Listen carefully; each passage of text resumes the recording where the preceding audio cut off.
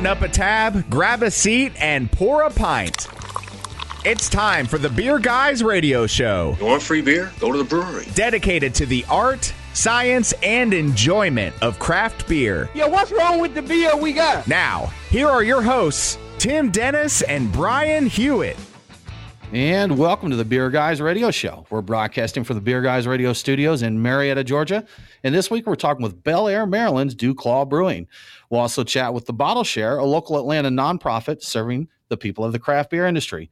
I'm Tim Dennis, and with me as always is my good friend and co-host, Mr. Brian Hewitt. Hey, Tim, how you doing? Good. Joining us today, we have Brandon Stanko, the head brewer of DuClaw Brewing. We're also going to be talking about Sweet Baby Jesus, hop guns, and knocking back the patriarchy. We will have Christopher Glenn joining us in studio to talk about his charitable nonprofit, The Bottle Share. Thanks for joining us, guys. Thanks for having me. Thanks for having me, too. Thank you. Brandon, we got into a beer here that, we decided to start with the big guns here. So we are sipping on some Sweet Baby Jesus. We figured we wouldn't waste any time. Can you tell us a little bit about this beer? Yep. So that's our flagship. It's our chocolate peanut butter porter. It's one that we make a lot of. That's a lot of our production, and that's kind of like our baby. It's definitely one that we really, really like, and we really enjoy every day, day to day. And we just think it's probably one of the best chocolate peanut butter porters out there.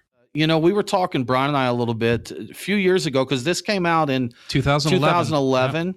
I don't think anybody was doing them at that time. Was it Belching Beaver? I think that did one, maybe. I think that's about one of the other ones that was out there at that time. Around that time, yes.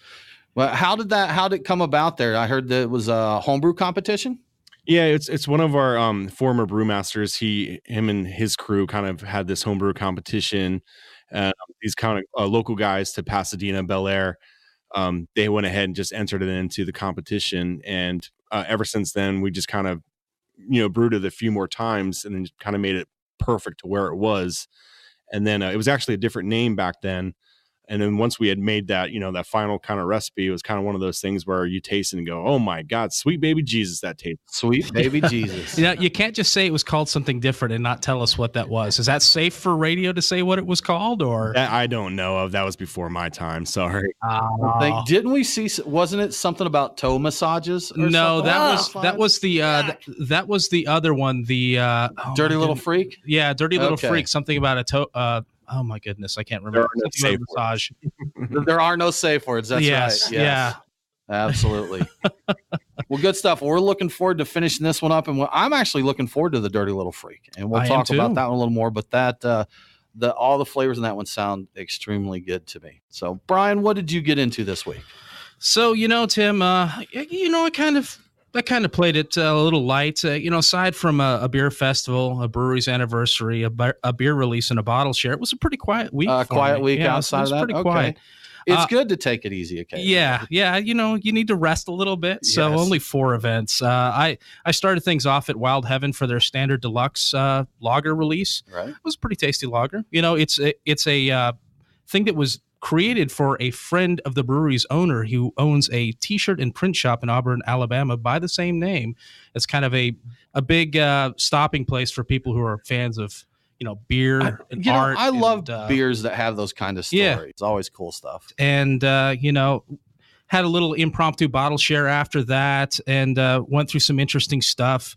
I might have broken out a can of Struzu in the process. So it wasn't planned, but I happened to have some with me. And, then there was the Butcher and Brew Fest. That was fun. Yeah, that was a good time. It was a good time. It was a little small, compact thing, but pretty good. They made good use of the space. That's something, I noticed for a small fest there in Alpharetta. They had some really nice beer lists, good breweries and nice beer lists. Several of them brought kind of their big guns out there. Absolutely. We got some of Monday night's Last Will and Testament, the barrel-aged Old Ale, which I love. That's a good one.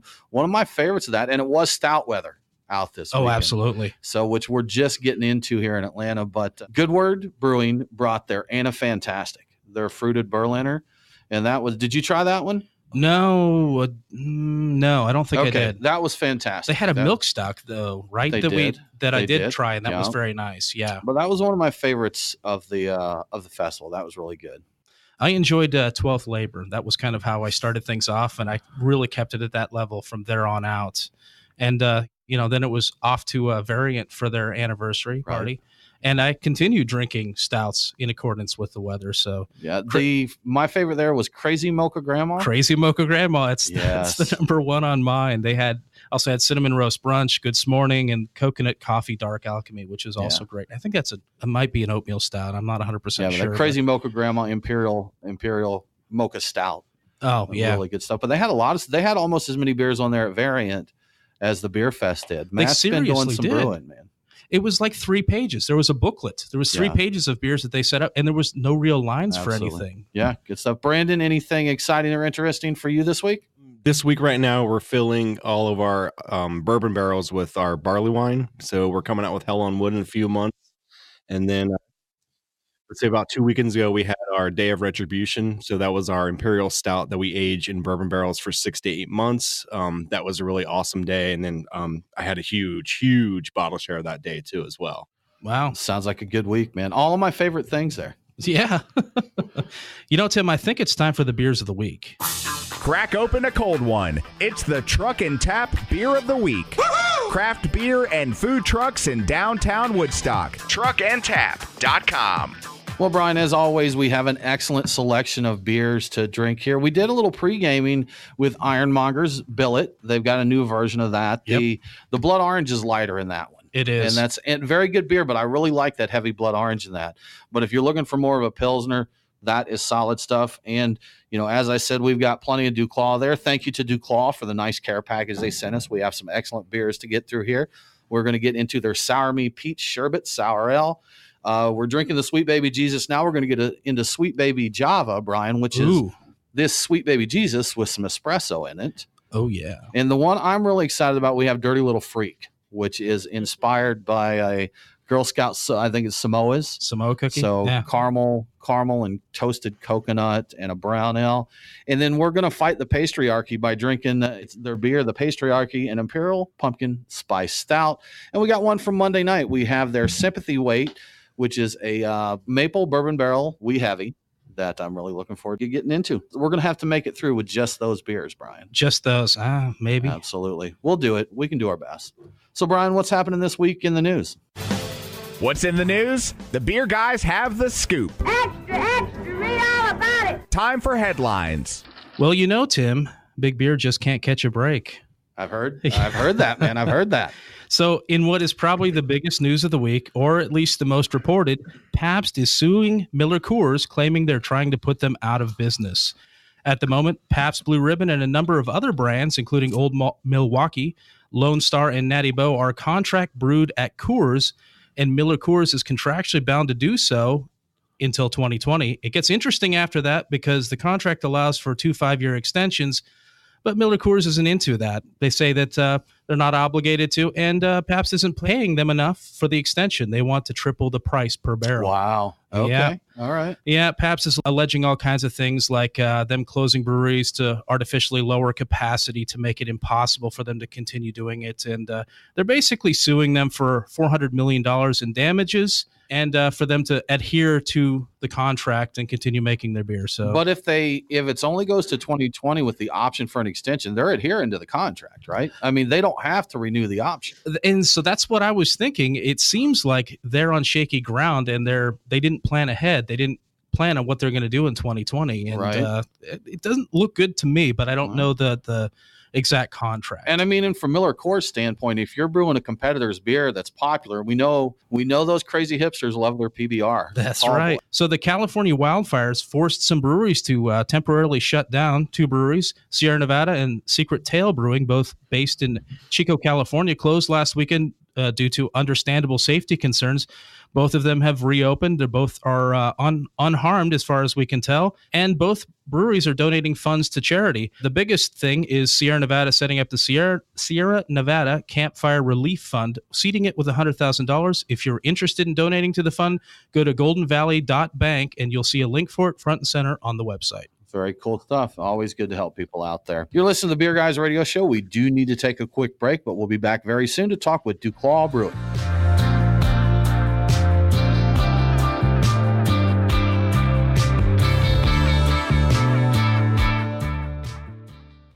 Craft beer forged with a reverence for tradition and new styles that start a revolution. Ironmonger Brewing.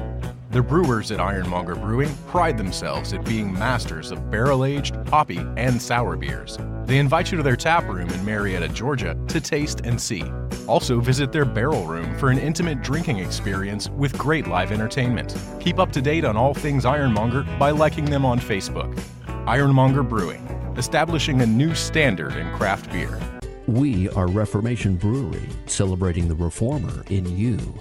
Locally crafted within the renowned Etowah watershed of Woodstock, Georgia, Reformation creates yeast-forward brews full of aroma and flavor crafted to last. Come see us in beautiful Woodstock, Georgia, for a tour and tasting of unique brews that you can't find anywhere else. Reformation Brewery, set beer free. ReformationBrewery.com.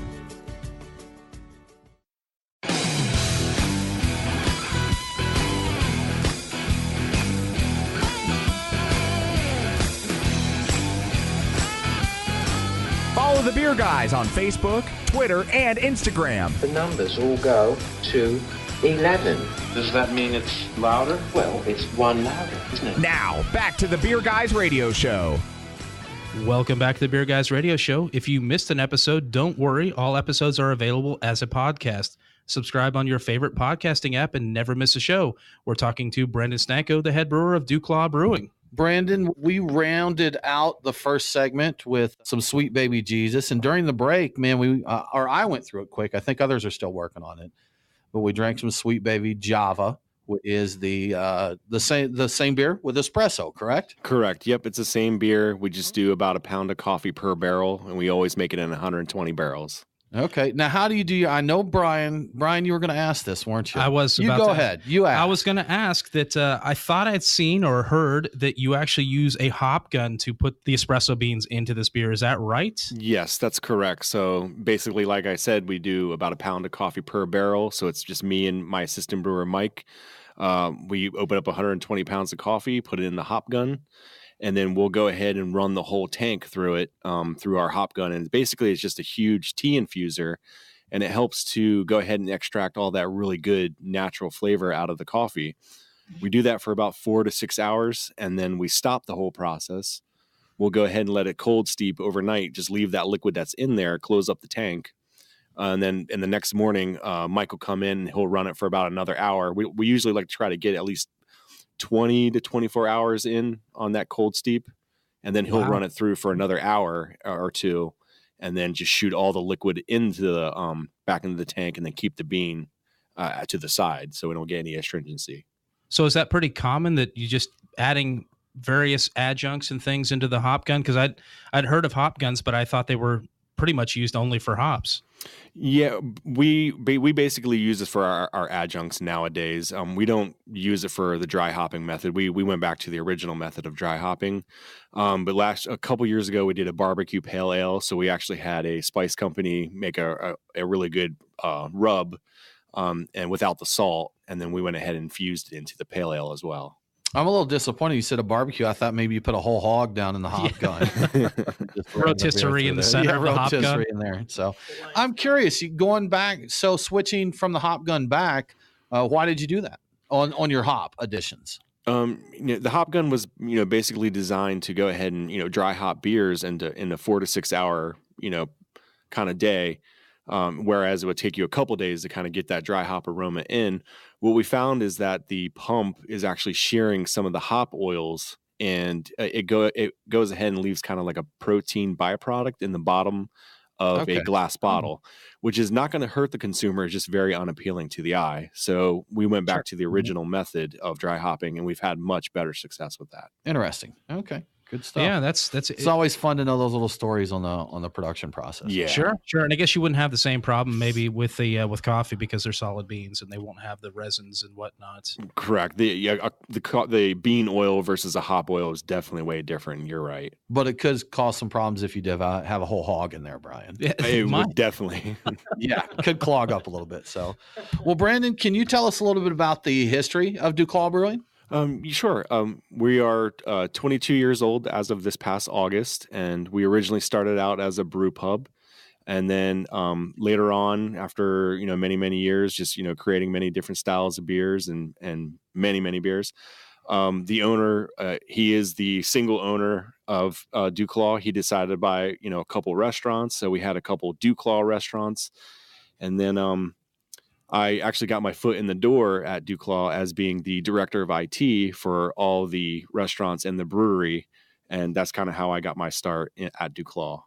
Okay, that was actually a question I was going to ask. I saw on your LinkedIn, you said head brewer and director of IT. I'm like, boy, you wear all kinds of hats at a brewery. That's an interesting mix, though. Yeah, so that's how I got my foot in the door there, was just through the IT round. So what kind of IT does a brewery like that have? I'm curious about that because I do have an IT background. So when we had all the restaurants, it was just making sure that all the printers, back of house, servers, SQL, getting those online and making sure everybody has the correct menu. Updating the menus quarterly, weekly, daily, as far as daily specials, and then all the way down into the brewery where I was making sure, the glycol chiller was online, the pro refrigeration could talk to it back and forth, and it was sending emails out and that sort of thing, and also getting other equipment online as well. So you could order a plate of wings and turn on the glycol chiller from the same mobile app? I could be at the Arundel Mills restaurant and do that. Yeah. I was going to say you could after he got done with it, right? Mm-hmm. Yeah, good stuff. Well, I don't think we've talked to a brewery out of Baltimore before, have we, Brian? I don't think we have. So what is the Baltimore beer scene like? It is awesome out here. We have a lot of new breweries popping up just about every week. And then the camaraderie and the brotherhood, sisterhood in the brewers here are really, really awesome. I'm probably the third largest, biggest brewery in Maryland. And I always tell everybody, come by for anything that you want. If you need yeast, I can give it to you for free. If you want to buy some hops or some malt, trade, whatever you need, just come out and hang out with me. That's good stuff. Yeast, the first taste is free. The next one will cost you. That's right. Yes. Well, that, it's cool to see that kind of stuff because I've seen other breweries do that. I think a brewery recently did a wort giveaway here in Georgia, and I've seen others do that before where they'll make wort and give it to home brewers, give you come bring your carboy in, we'll fill you up with wort. You can go home and I've told many a homebrew clubs if they ever want to come by and get wort, or they want finished beer in a corny keg, or if they ever need yeast, they're always feel free to come by. Man, homebrew club, you're lucky you're not here in Georgia, man. You'd be filling up some corn. Oh, you would. I would do it in a heartbeat. That's cool, man. That's awesome. So you've won quite a number of awards at the brewery. I think 60. Is that right? Yeah. In my office, we have this big kind of metal grate where we've tied all the medals to, and it's just very awesome to see every day. It just reminds me every day to push and make a better beer every day. Yeah, you've got to live up to the standard of a brewery that's won 60 awards. Right. No slacking, Brandon. That's right. So, you got that right. Yeah. I had a buddy homebrewer who won his first medal, and he was just having fun with me, texting back and forth, being kind of arrogant about it. And Brian and I we haven't homebrewed in a while, but we got about 8 medals total in Something our career. Like that, yeah.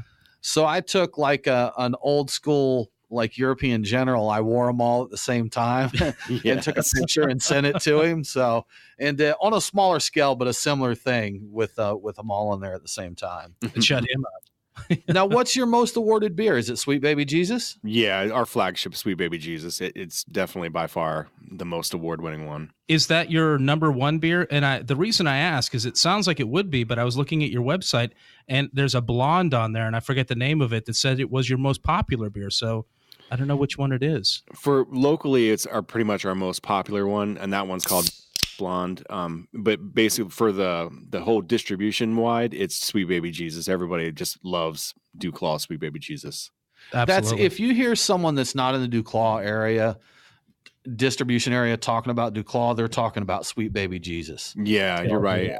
I've had a couple people that I trade beer with, or people that have traded, and they always say that man, I tell you what, I get all this really cool box and has some extra shelfy stuff. I get a couple Sweet Baby Jesus, and that was my first intro to it, and I love it. And I was like, oh man, that's pretty cool to be included in such a a pretty cool box. Yeah, they're doing all right if they're getting Sweet Baby Jesus as their shelfy extras in their beer box. Yeah, yeah, good stuff. Now another question too, because when we got the interview survey, it mentioned that the bread and butter quote was your IPAs in that. So we've got the blonde, the Sweet Baby Jesus in that. I'm assuming it's because there are a huge variety of the IPAs. They probably cumulatively outsell Sweet Baby Jesus. Is that correct? Yeah. Basically, every 8 weeks, what we're doing is pumping out a new double IPA or sour IPA in the same category. And then along with that, the Sour Me series, that's also new every 8 weeks.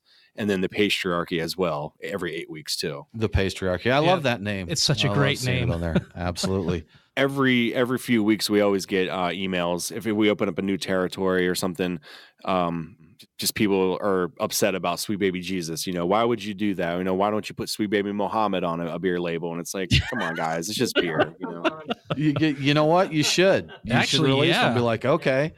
Well, you're listening to the Beer Guys Radio Show. We do need to take another break, but we'll be back very soon to talk more with DuClaw Brewing and the Bottle Share.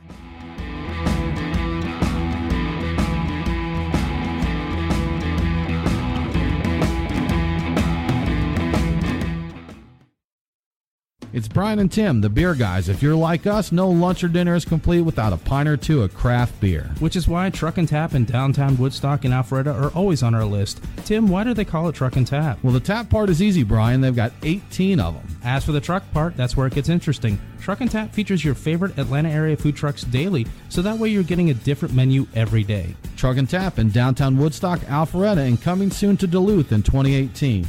Truckandtap.com. Let them know that the Beer Guys sent you.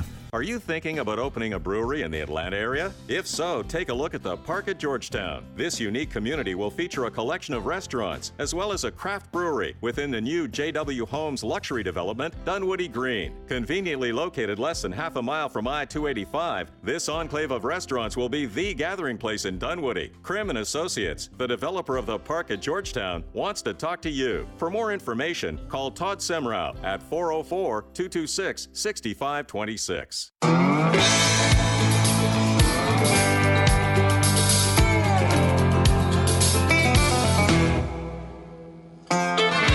Follow the Beer Guys on Facebook, Twitter, and Instagram. Next Friday is Hawaiian Shirt Day. So, if you want to, go ahead and wear a Hawaiian shirt and jeans. Now, back to the Beer Guys Radio Show.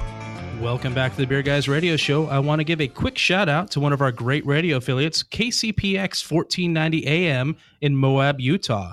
Catch Beer Guys Radio on KCPX 1490 every Sunday at 3 p.m. Mountain. We're talking to Brandon Stanko, the head brewer of DuClaw Brewing. But first, we're going to talk to Chris from the Bottle Share. Christopher, thanks again for joining us, man. We do appreciate it. Yeah, we're going to talk about the Bottle Share. But before we talk about the Bottle Share, let's talk about the Bottle Share beer that you brought here to share with us. The Bottle Share beer. Yeah. So the first one that we went with, we decided it was something that the mass would enjoy. It's an IPA, it's super crushable. It's 6.2%. It actually, I believe it's Mosaic and Idaho 7. Okay, is what we used. So it's subtle, but it's also it'll get you there. It's good. It's very tasty. Really nice beer. Thank you. Absolutely. The Mosaic sounds right. I actually taste a little stone fruit in this, and I'm like, okay, I like that. Yeah. Now, who did you brew this one with? This was with the Dry County Brewing Company over in Kennesaw, Georgia. Awesome. So, obviously I was an employee with them when everything happened. Christopher, you're the founder of the Bottle Share. I am. Which is a charity in Atlanta area based that supports people that work in the craft beer industry. Correct. So could you tell people a little bit about your story of how you founded the Bottle Share and what the Bottle Share does? Yeah, for sure. So I'll take it back to January 6th of this year, 2018. I was the bar manager for Dry County Brewing Company. I was on my way home. I was at a complete stop at a intersection, and a gentleman had passed out at the wheel coming off the highway, hit me about 60 miles an hour. Long story short, I wound up with brain damage. So I had atrophy of the brain, all of that. So for the first 6 months, I pretty much just laid in bed. I was sulking, poor me, why me? I was just being a big baby. But then Trey Sinclair, who is one of the owners of Dry County Brewing Company, said, "Hey, man, we're going to do this Lift Initiative video. I think it would be great for you to tell your story." Great things have come from that. That was the very first step, So I'm not completely healed. I don't know if I'll ever be completely healed. The doctors don't know. And you're up and about. I've seen you out at other events and that you're able to get around that. So, Yes. so there has been considerable healing. Even if Without a doubt. There's, if I was to stay the way that I am right now, there's no way that I could work for the rest of my life. I used to be a real estate agent. I have zero memory. It's all gone. I don't know how I got here today. Right. You know, So the bottle share, can you tell us about what specifically the bottle share is and what they do? Absolutely. So because I was working in the industry and I experienced an extreme hardship outside of the workplace, I was on my own, right? Right. And I missed work because of it.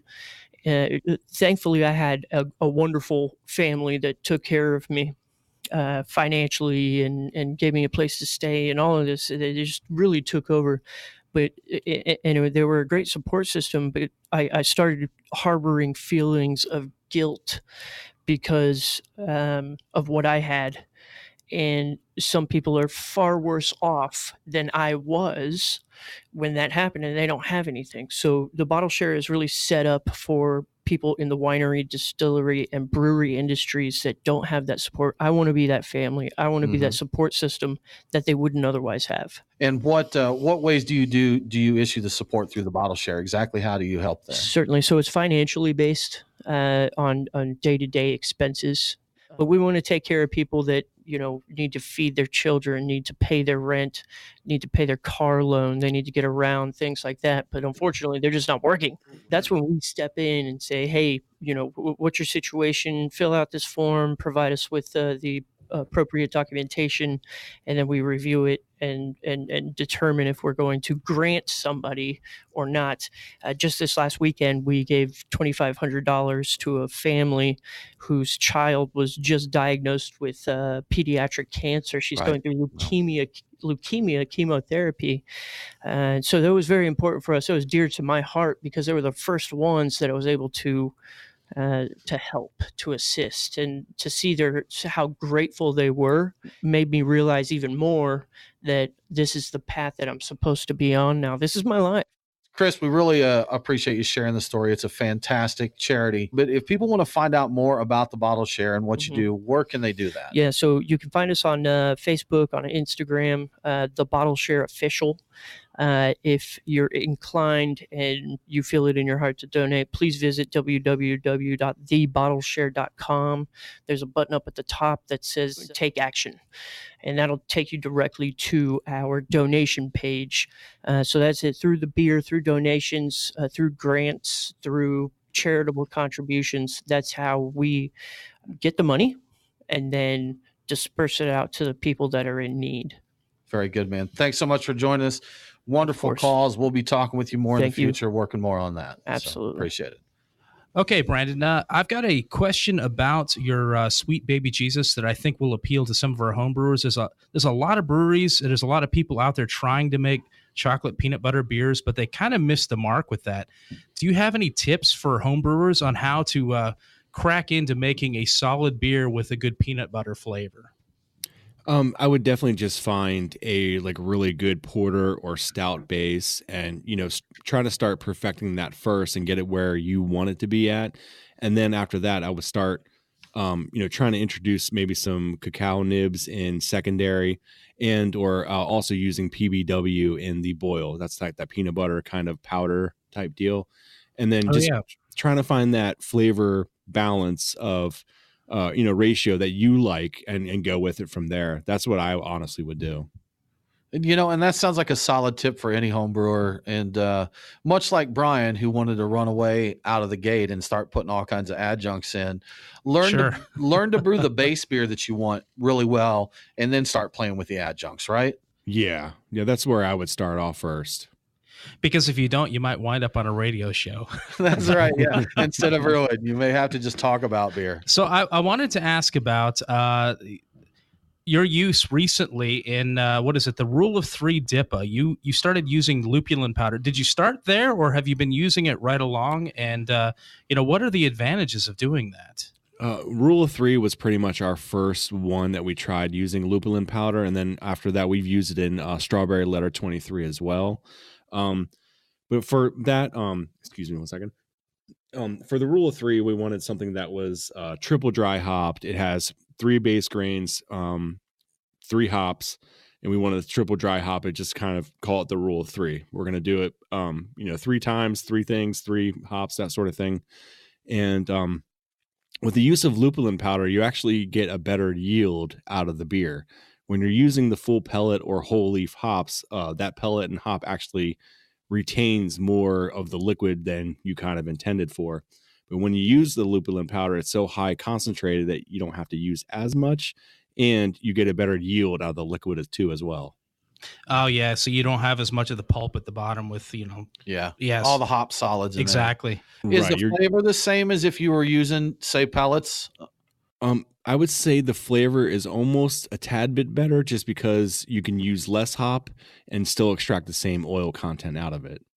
I was meaning to ask you about some other things that you might have done experimentally. I saw that you did lupulin powder, and I know that you had the hop gun that you were using for a while. Have you tried some of the other stuff out there, like a hop hash or hop oils? Or I think that hash is technically a different thing, but I've heard other people argue that it's not different than lupulin powder. I was wondering if you guys had tried any of that stuff.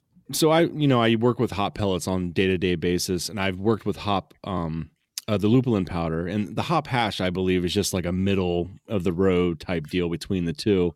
And I've used those hop hash in a lot of experimental batches on our prototype system. But other than that, we haven't used it in any kind of production sense. Good stuff. Brandon, we're going to talk to you more here in just a minute. We do need to take another break. You're listening to the Beer Guys Radio Show.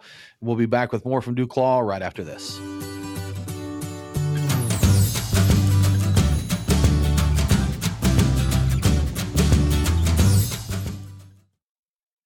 Looking for a great way to promote your business? CedarStream has what you need. For apparel, stickers, signs, and banners, we're your one-stop shop. There are never any art fees or setup fees. And if you need your items quickly, there's no additional charge for rush orders. Whether you own a brewery, bar, bottle shop, or other business, CedarStream is ready to serve you. Visit cedarstream.com for more info or call 800-686-7488 for immediate assistance. CedarStream. We print America. Craft beer forged with a reverence for tradition and new styles that start a revolution. Ironmonger Brewing. The brewers at Ironmonger Brewing pride themselves at being masters of barrel-aged, hoppy, and sour beers. They invite you to their tap room in Marietta, Georgia to taste and see. Also visit their barrel room for an intimate drinking experience with great live entertainment. Keep up to date on all things Ironmonger by liking them on Facebook. Ironmonger Brewing, establishing a new standard in craft beer.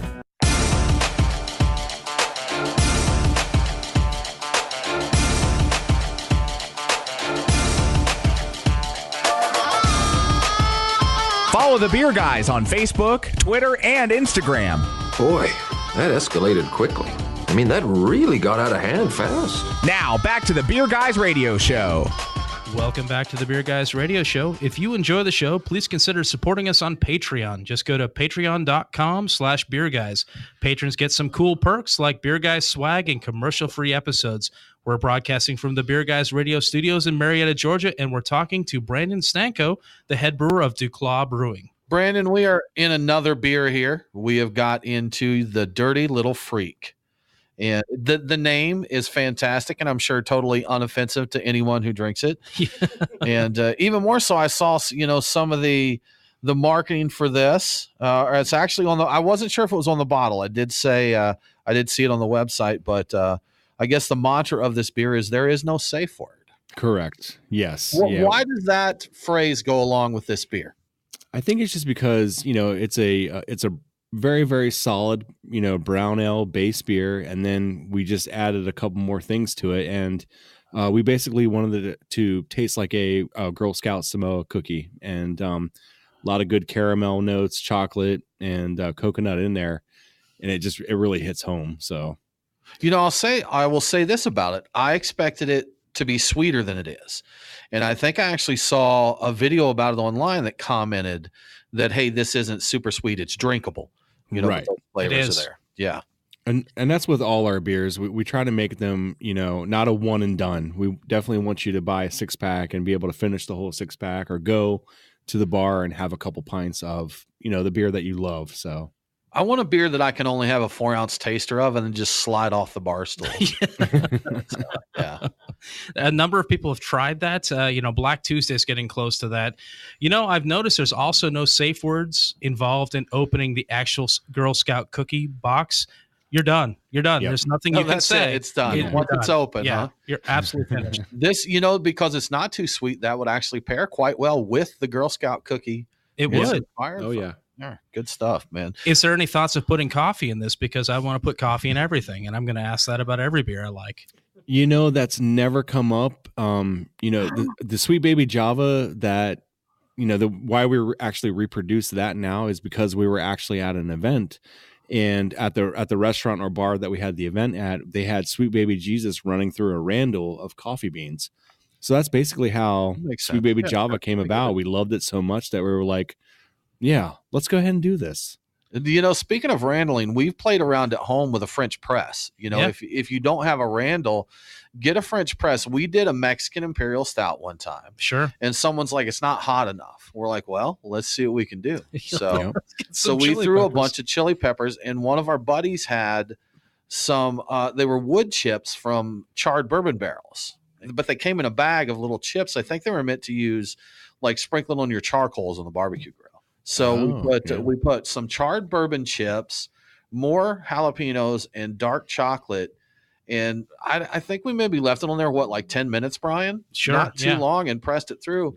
It was solid. It made did a the job. huge difference. Yes. And it did hurt. the trick. It was painful to drink. Oh, it was. So if you're at home and you want to try randling your own beer, French press, baby. Use spices, fruits, whatever you want to do. Throw them in your French press and press out a beer. Well, Brandon, we've talked about a little bit kind of your IPAs and these delicious porters and brown ales that you have, and we've talked about fighting the patriarchy. But what else do you guys get into? You have a decent sour program, correct? Yeah. So right now we have the Sour Me This series. So every 8 weeks we're doing a different fruit edition or fruit with dry hopping or salt. Basically, just Dave is kind of letting us do whatever we want to do, and just he's just an amazing boss. And so the Sour Me This series, we started that, and we've just been doing like really crazy fruit additions. And at the same time, I've also, in the meantime, been barrel aging some sours too as well. So I have some sours that are in bourbon barrels. I have some sours that are in wine barrels, and also red wine barrels too as well. Now, what kind of sours do you personally like to do? We do all clean kettle sours, and that's just, it makes sense for us. And like all our beers are super clean, and that's just the best way to get the fruit addition or whatever we want out of that beer to come across as. Okay. So you haven't done any kind of spontaneous or even like inoculated sours after the fact, have you? No, we don't do anything wild inside of the brewery itself. Our brewery is about 60,000 square feet, huge warehouse. If in the next couple years, if we do keep progressing and making good headway, I will eventually ask the owner to buy another facility so we can do some wild stuff. A question I've been wanting to ask, you've got a variety of interesting like labels, designs, things going on. You've got a variety of bottles and cans, Sweet Baby Jesus is in a bottle, but the Patriarchy Imperial Stouts are in a 16-ounce can.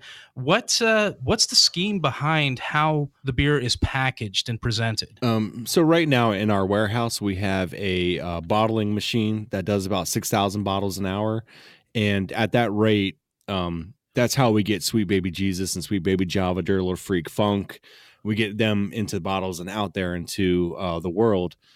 Right now with the Patriarchy and the Sour Me series and our double IPAs and IPAs that we do, they're on an 8-week rotation. We actually have mobile canning come in and can our beers for us.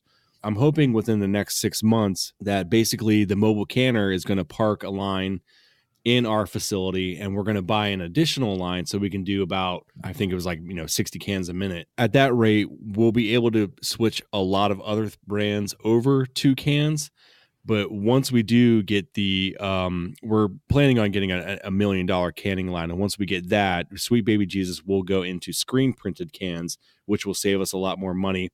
And we will definitely sell off the bottling line as well. Oh, okay. So there's a movement to cans. Okay. Correct. Can you imagine a decade ago saying you were going to put all your beers in cans, or even trying to do that? Right. I mean, that was the whole faux pas was like, the cans, I can taste, the metal liner. I can, taste this, that, and the other. It's not that good for beer. But nowadays, even with mobile canning, somebody that's, parking their truck to the back of your dock and unloading all this equipment, and then still giving you less, direct oxygen in your beers, and your cans are, more shelf stable or last a little bit longer. Sometimes the equipment has become way beyond jumps and extremes. I mean, it just makes sense now. There's still some diehards that say, I can't drink beer from a can. I've heard in Germany, they're very, very opposed. Oh, very. To canned beer. It's still they consider it almost, kind of trashy to drink beer from a can.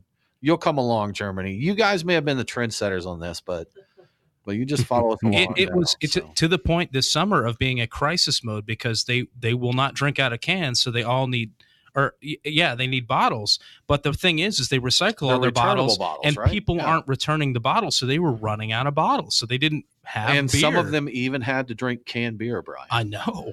It's terrible. I can't even imagine. Yeah, I just took a vacation in Germany, and they even have like some of their beers and shandies and radlers in plastic bottles. So I was like, why not just go to a can? They'd rather go with a PET bottle than a can. They're like, as long as it's a bottle, right? Do a bottle shaped like a can with a screw off lid and just throw them for a loop there. Crazy stuff. Well, Brandon, I know you mentioned when we were on break there a little bit that your 2019 release schedule is lined up. What's some of the excitement that people can look forward to next year? We just have just a huge plethora of kind of fruits that we're going to be doing with the Sour Me This program. Our original, I built the program on a raspberry sour in 10 barrels, and it was, our regular, Sour Me This beer, 5.5% with, a couple 100 pounds of raspberries. And one thing to look forward to is we're going to do a double raspberry, where I'm going to go ahead and do an Imperial Goza type version at about 7%, and with a double the amount of fruits as well. Double raspberry, double blueberry. Those are some of the things to look forward to. And even some of the more patriarchal things, we're going to do a lot more crazy things in 2019. Very cool. Awesome. Now, if people want to keep up with all the great things happening there, what's the best way to do that? You can follow us on Facebook, DuClaw Brewing Company, and Instagram, DuClaw Brewing Company. Twitter, that too, DuClaw Brewing Company. If you want to follow me on Instagram, I'm at ___ stank dank ___. I'm definitely, I definitely feel free to rewind if you need to. Yeah. So I definitely try to, if you want to talk to me via message, I would definitely try to get back to you as soon as I can. And I always try to keep my content as cool and current, and you can find out the kind of, beers I'm drinking it too at the same time. Very cool, man. Thanks so much for joining us, Brandon. We had a great conversation with you. We do appreciate it. Yeah, I appreciate it too as well. Thank you guys for giving me the time. Absolutely. Well, that about wraps it up for this episode of the Beer Guys Radio Show. Coming up next week, we're talking with Fonta Flora Brewing's Todd Boera. For more craft beer info, follow us online. We are Beer Guys Radio on Facebook, Twitter, and Instagram. Make sure to subscribe to the Beer Guys Radio on Apple Podcasts, Google Podcast, or your favorite podcasting app. Thanks again for tuning in. Have a great week, and don't forget to drink local. Cheers. The Beer Guys Radio Show on the Beer Guys Radio Network. BeerGuysRadio.com.